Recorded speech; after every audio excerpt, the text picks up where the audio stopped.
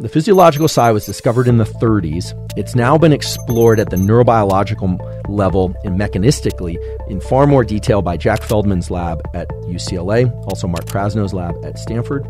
And the physiological sigh is something that we do spontaneously, but when you're feeling stressed, you can do a double inhale,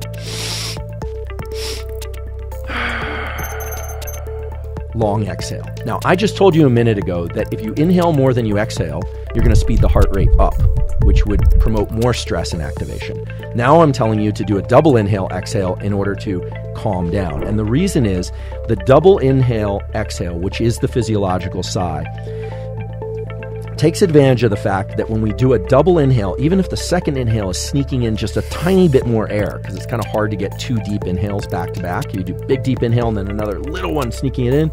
The little sacs in your lungs, the alveoli of the lungs, your lungs aren't just two big bags, but you've got millions of little sacs throughout the lungs. Those tend to collapse as we get stressed. And carbon dioxide builds up in our bloodstream, and that's one of the reasons we feel agitated as well.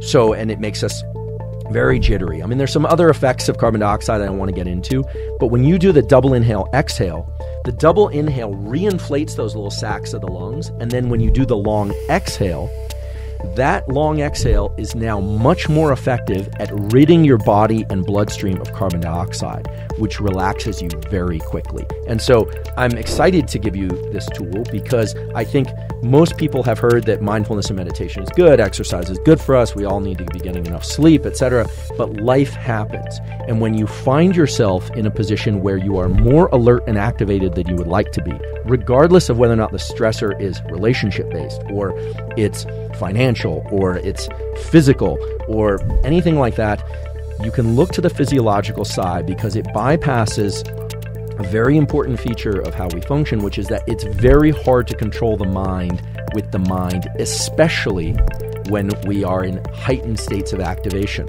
When we are very alert or very sleepy, it is very hard to use these so-called top-down mechanisms of intention and gratitude and all these things that are really powerful tools when we are not super activated and stressed or not super tired.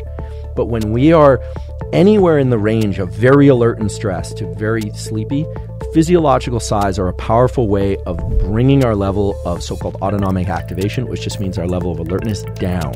And so whether or not it's in line at the bank or whether or not you're wearing a mask nowadays or you're not, when you're feeling stressed, the physiological sigh done just 1 to 3 times, so it'd be double inhale, exhale, maybe just 2 times, will bring down your level of stress very, very fast. And as far as I know, it's the fastest way to accomplish that.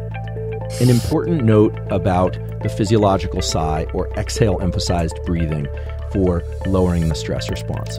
Many people worry that their heart rate does not come down fast enough. I want to tell you, you do not want your heart rate to reduce very fast. There's actually something called the vasovagal response, where people will stand up or they'll get up in the middle of the night to use the bathroom, and then all of a sudden they'll collapse, they'll faint. That's because the heart rate was reduced too much. Some people will see blood or they'll see something really troubling and stressful and they'll pass out. That's an overactivation or an acceleration of the calming response. They're not so stressed that they kind of fall off the cliff of stress. They get so stressed that the rebound mechanism for calming themselves down goes too high, too fast. They calm down too fast and they collapse and faint. And so be aware that if you're going to use the physiological sigh or exhale emphasized breathing to calm down, that your heart rate will take about 20 to 30 seconds to come down to baseline. And you may need to repeat the physiological sigh a few times. So that's an important note about the use of breathing to control levels of stress.